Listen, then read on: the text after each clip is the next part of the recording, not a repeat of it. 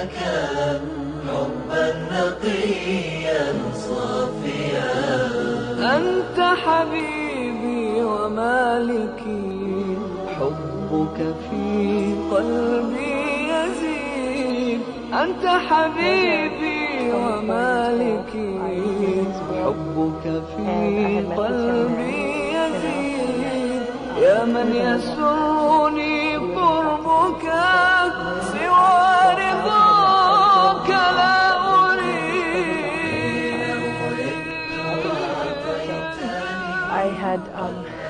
I had asked her, why does she wear that on her face? And, it looked so strange to me, right? So I said, well, can you tell me why you wear that? And she had explained to me that in Islam, the beauty of a woman, a Muslim woman, is something that is so honored and respected that we don't share it with everybody, so we conceal it. And it's also, backed up from the Quran that Muslim women have to cover. So I thought that was interesting. So then I said, okay, fine. I left it. And I had a relationship with this man at school. He was like a boyfriend. So I had later, I also had another friend. I'm not going to mention his name, but he was an Arab and he was Christian.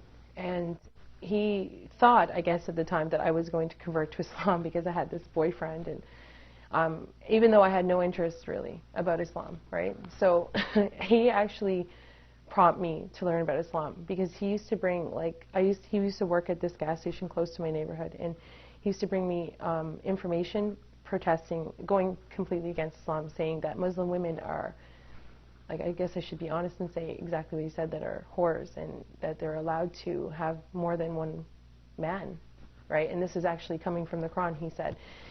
So I said, to this guy, I'm like, I really don't think that's true. I said, because, my reference point back to the girl at school, I said, this doesn't make any sense, right? And I said, why would she cover if she was promiscuous? So I said, well, I don't know about that. So I said, and I guess in his mind, he was trying to get me away from, converting, because he thought, because of this Muslim boyfriend, he was going to marry me, or it was like he was in a panic, telling me, bringing literature to me. He would bring literature to my mother at the store and pass it up to my mother. So I said, I don't even want to read this. I said, I'm not interested in anything about this. So anyway, I just said, I got fed up, and that made me interested. So I decided to go to the mosque and find out about what Islam was. And to be honest, I didn't really find out too much from there. And I thought, from what I did learn, that he was wrong. There was nothing in the Quran that stated that Muslim women are allowed to be promiscuous in any way. So I thought my journey ended, but it didn't. It actually just begun from there. So I went back, and I later found out that I was pregnant for the Muslim guy at school, and but he had left me. So I was now 5 months pregnant, and I was on the subway going to this new school. And from there, I looked up. I was sitting on the subway, and I looked up, and I saw Salia, the girl that I had met with the full hijab at school, before.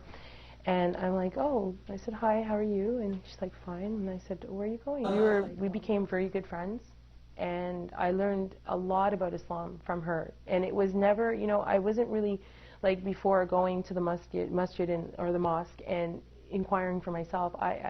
Islam just came to me now. And, I became friends with her and a few other girls at school, and she would often invite me, to her house, and I learned so much about Islam, the character of a Muslim, and, and also I found very interesting was that she actually memorized the Quran, which is to me, just a book at the time, and it was word for word, she memorized it, and I was like, wow, this is amazing. So I wanted to know, what was in this book? What was so amazing about a book that someone would memorize word for word? And, there's just so many things that, that amazed me. And being around a Muslim person, a practicing Muslim person, do you see the beauty of Islam? And I don't know how to sum that up or give you one particular point, but I would go to her home, and I would see how she would interact, how she would dress, how she would eat, even how she prayed. I mean, I was out with them numerous times where she would, say, oh, Crystal, you know what, I have to go pray. I have to find a place to pray. I found that amazing. Like, you're just going to stop from, and it was winter time, you know, freezing, you know. And they were just a big support for me, especially at the time when I had nobody, you know. And to be honest, I still wasn't interested in converting to Islam at all. I just said, nice religion, but not for me. So, after I had my daughter, I started realizing, like, what am I going to teach my daughter? Like, what am I going to teach my daughter? Like, how am I going to grow my daughter up? I'm going to cry because it's emotional. So, anyway, and the guy, he never came back. So I didn't really know how to, you know, raise this beautiful baby that I had. So, and I remember back to how Celia was and how her parents raised her, and I just saw this, you know, another way of living, right, other than my way, which was basically just you live and you do whatever you like in this world. You want to do this, you go do it. There's no direction in life. So I decided to look more into Islam at that point on my own, you know. So Celia now got pregnant, and she started working at the masjid, just not far from here. And I said, well, Celia, I'm going to pop over, and, you know, every day, because I was home with my daughter, and I said, let me just come over and, you know, we'll talk about the Quran. I want to know more about it. It was hard. It was hard to find the concept of, you know, what is God. And from these experiences that I had at the masjid, I came to realize that there was a God. And, you know, one day I decided, you know, to go to the mosque. My daughter was 6 months at this point, and I was there and I was in the room, and, you know, like, I was serious. I really wanted to know about this religion before I converted, because I never was baptized before. I never had any, you know, conversion to any religion. So I wanted to find out, you know, really, was this for me, you know? And from there, I was there one day, just, you know, like every other day, just visiting her in the office and talking about Islam and God and who He was, and, you know, what Islam can offer me and my daughter. And so one day there was a funeral of a baby girl, and from there I just thought, life's so short, you know, like, you have to really make it. But I didn't know how to pray, you know. I didn't even have Islamic clothes. I was going back home now to, you know, my house. That was my mother. How was I going to explain that to my mother? My life is different because, well, I just think of one thing. Maybe this might be not the best thing to say, but health-wise, I'm so much more healthy. I used to smoke. I don't have to say that, but I used to smoke, and I used to drink.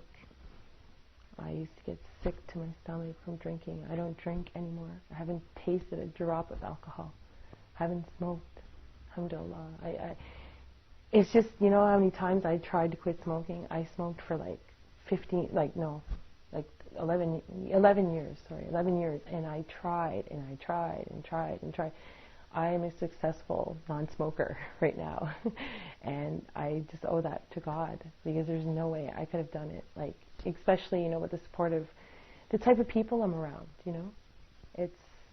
It's your environment, you know. My environment is so much more healthy. I have direction in my life. I have more spirituality in my life. Like, I feel that I know why I'm here, you know. Like, I wake up in the morning and it makes sense. Like, I actually know why I'm here on earth. Before, it's like you're just here and you're like, what are you doing here? I used to have conversations with my friends, my non-Muslim friends, and say, we would come up with ideas why we're here, but now I know. That gives you direction. That gives you a lot of confidence, right? That you're not alone. And so I'm better spiritually, mentally, emotionally. My daughter, you know, I see a future that is with God in her life, not like how I grew up. And that entails many, many positive things, you know. I always dream, like, you know, she's going to grow up and she's going to be better than me, you know, like, much better. You know, she won't go through all the things that I went through, because she's going to be protected by Islam. You know, like, drinking won't be in her life. having boyfriends, maybe having children without someone there with her, you know, like what I went through. You know, I want her to know the value of herself, and I think she will. Islam will teach her the value.